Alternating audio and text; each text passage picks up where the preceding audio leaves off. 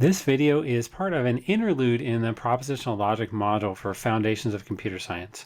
We have been working toward developing an automated procedure for determining whether a formula of propositional logic is valid or satisfiable. And in order for this to really make sense, we need to stop for a moment and explain a little bit about what a decision procedure actually is. And to do that, we need to introduce, at least briefly, the idea of decidability itself, and we want to talk a little bit also about computational complexity. So these are huge, complicated subjects. They're mostly outside the scope of this course. In this curriculum, they'll come back when you take the automata class and then the algorithms class later on, and you look at them in a bit more depth then. The goal here is just to give the absolute minimum introduction of the subjects so we can proceed with the course and our discussion of decision procedures will make some sense. So at the same time, since these are big topics, my hope is that it's useful to get a little bit of exposure to them early on so that when you come back to study them in earnest, you'll have a little bit of context already for processing the material. To try to keep things manageable, I split this interlude up into two videos. In this first one, I'll introduce decision procedures and computability in general, and then a particular application to propositional logic. And then in the next video, we'll talk about measuring the complexity of procedures and the idea of categorizing problems in computer science according to complexity classes. So that is the plan, and we'll start with decision procedures. The basic idea of a decision procedure is exactly what it sounds like. We have a procedure that makes a decision, but the question that it makes a decision about is always framed in a very specific way. The only thing we ever ask it to make a decision about is set membership.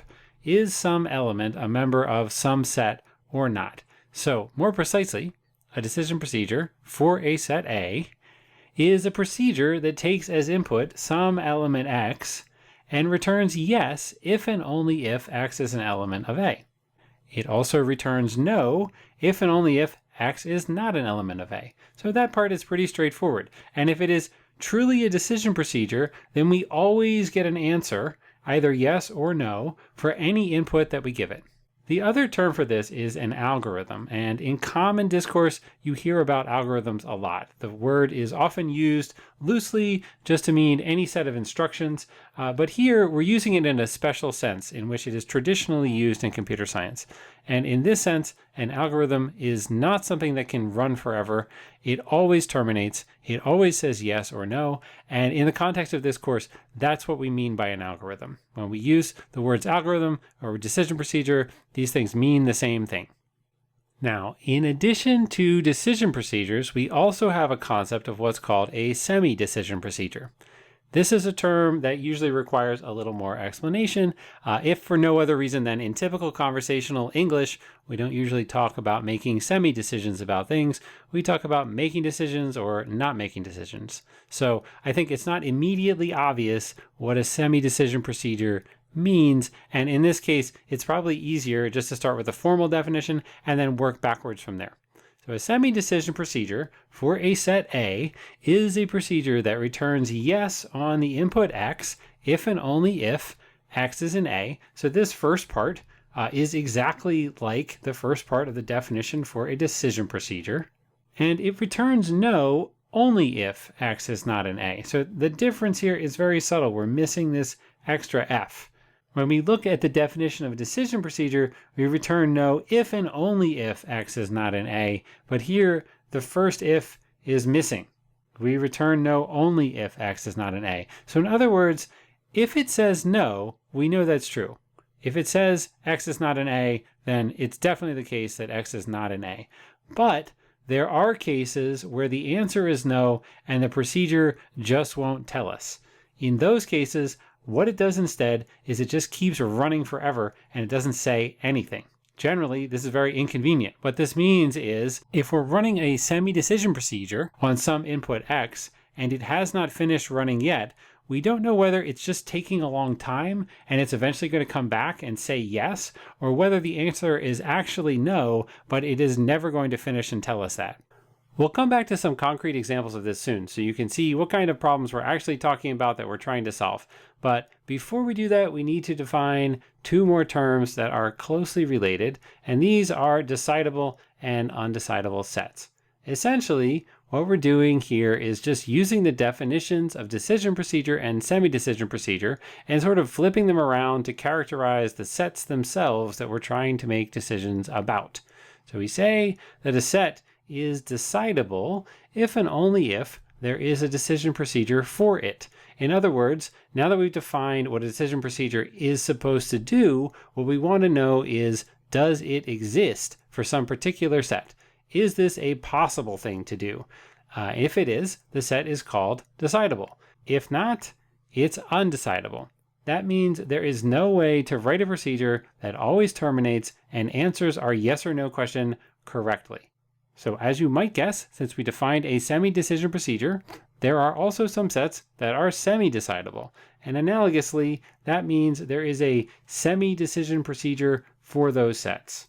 So now we have sets that are decidable, sets that are undecidable, and sets that are semi-decidable. The tricky part here is understanding how semi-decidable sets overlap with the other two. First, every set that is decidable is also semi-decidable. The best way to understand that is to remember we're just talking about whether a decision procedure or a semi-decision procedure exists. If there is a decision procedure, there is definitely a semi-decision procedure, and that is because every decision procedure is also a semi-decision procedure, much like every square is also a rectangle. In other words, if we have a procedure that always halts and always says yes or no, it is already meeting the requirements of a semi-decision procedure.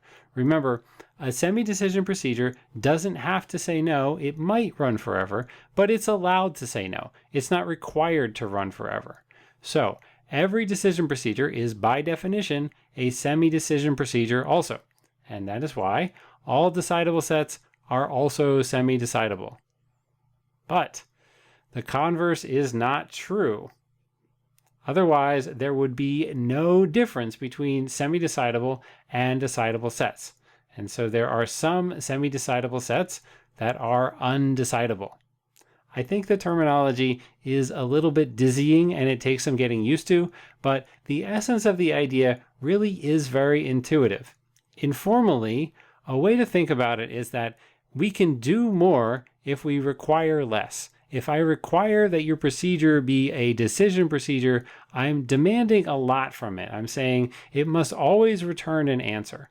So from that perspective, it's not very surprising that if we say, okay, now you don't always have to return an answer in some circumstances, then we can do that for more sets. And there are some cases where we can meet the easier set of requirements, but not the more restrictive ones. Another way of saying all this is that the set of decidable sets is a proper subset of the set of semi-decidable sets. So if this box here represents the decidable sets, the semi-decidable sets includes all of them and then some number of other sets that are not in this box. And since everything that is not decidable is undecidable, a consequence of this is that there is a category of sets that are both semi-decidable and undecidable at the same time. So really, I'll say again, I think the terminology is the main thing that is confusing about that. Partly, it's just a matter of getting used to these terms, but it may help to keep reminding yourself that what we're talking about is whether or not certain types of procedures exist. In any case, just to give you a preview of how this eventually ties back to the work in logic, both propositional satisfiability and propositional validity are decidable. These are often called PL-SAT and PL-VAL, and what this means is, in other words, we can write a decision procedure that tells us whether a formula in propositional logic is satisfiable or not, and always finishes at some point and gives us the right answer. And the same goes for validity. The question we ask is whether a formula belongs to the set of valid formulas, and this is something we can write an algorithm for. Okay, now we need some examples, so we'll look at an easy example. You've already encountered this, so consider the set of all even length strings of zeros. Is this decidable? The answer is yes, if and only if there's a decision procedure for S.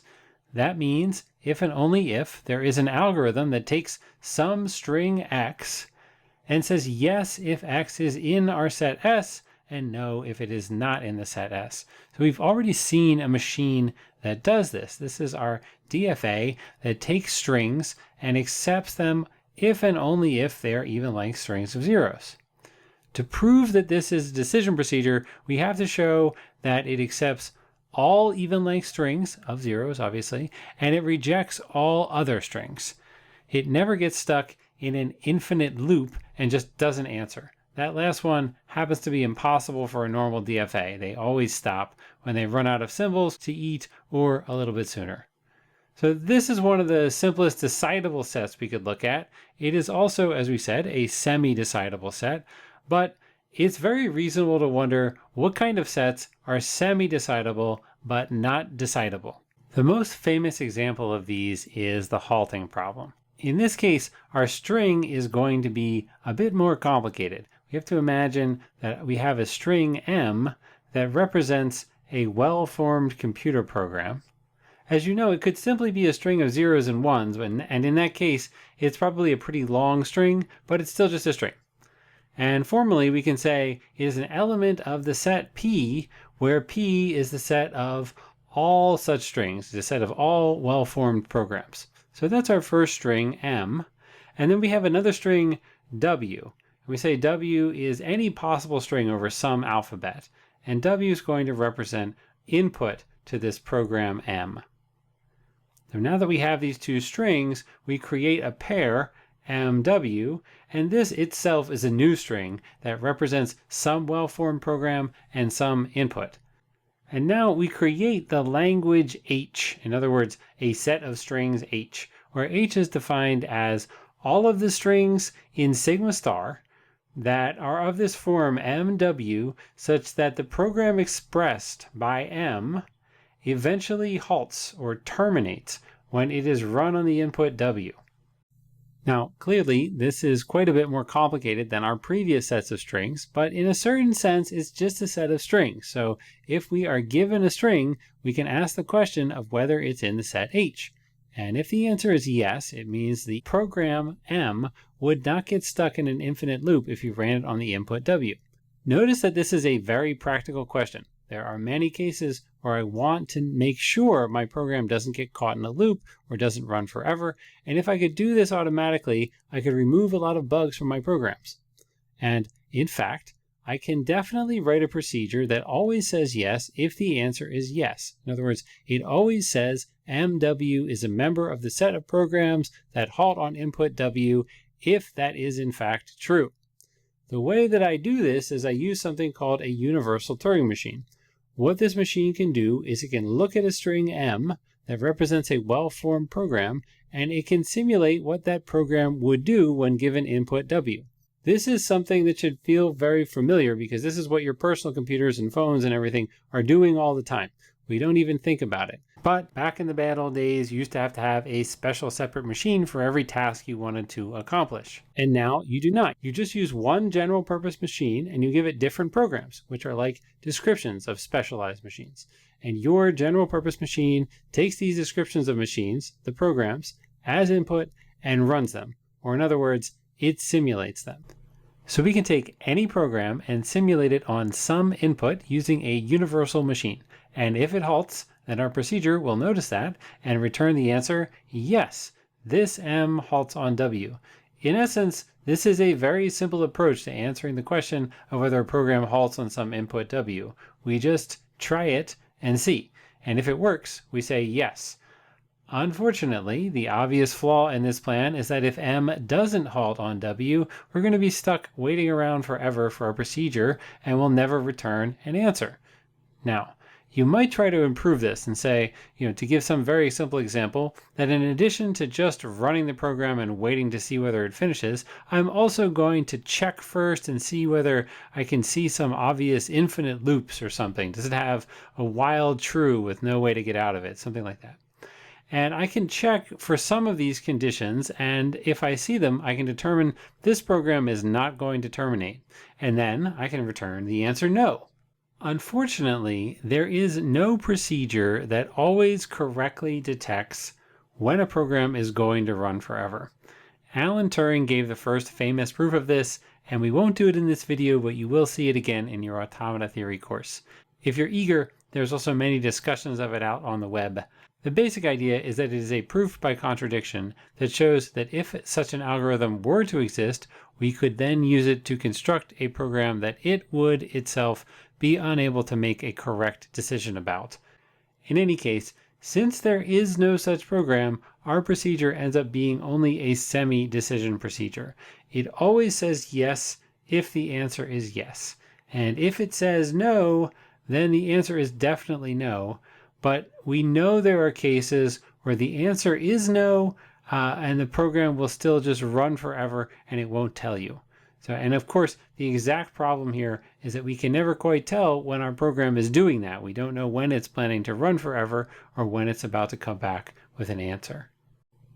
That is the overview of decidability and semi-decidability. For the rest of this video, I'll just be tying these ideas back to propositional logic. The first step is easy. We're just going to restate the definition in terms of sets of formulas. But since formulas are already strings, this is a pretty trivial change. So if U is some set of formulas in propositional logic, then an algorithm is a decision procedure for U if, given an arbitrary formula A in that set of total possible formulas of propositional logic, our procedure terminates and says yes if the formula A is a member of the set U, and says no if it is not. So next, we just want to get a little bit more specific about our choice of the set U to understand why this is relevant. So one set that we want to know about is the set of all satisfiable formulas, and we'll call this SAT. And another important set is a set of all valid formulas, which we'll call VAL. A decision procedure for SAT is called a decision procedure for satisfiability, and likewise, a decision procedure for VAL is a decision procedure for validity.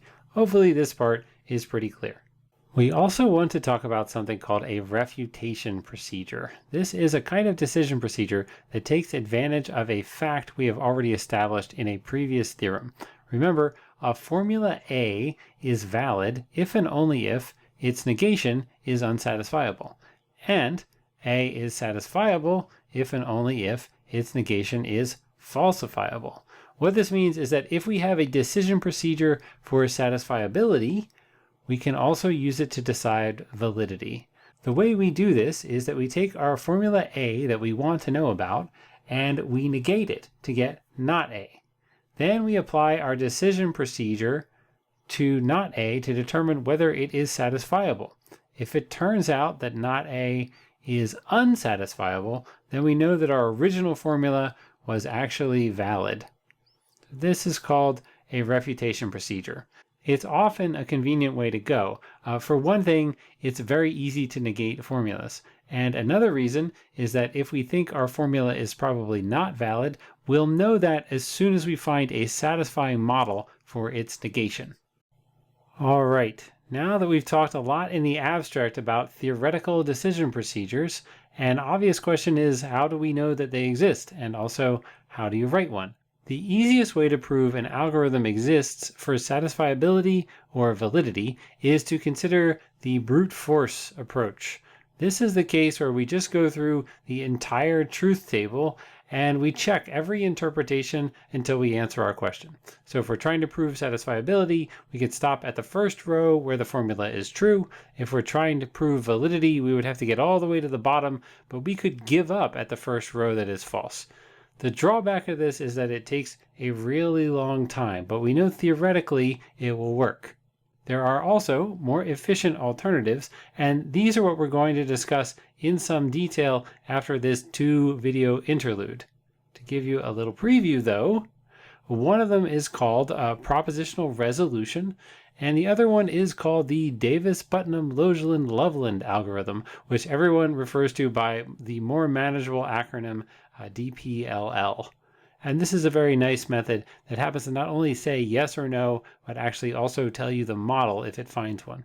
And one final note about these algorithms is that they kind of unfortunately have the property of being non-deterministic.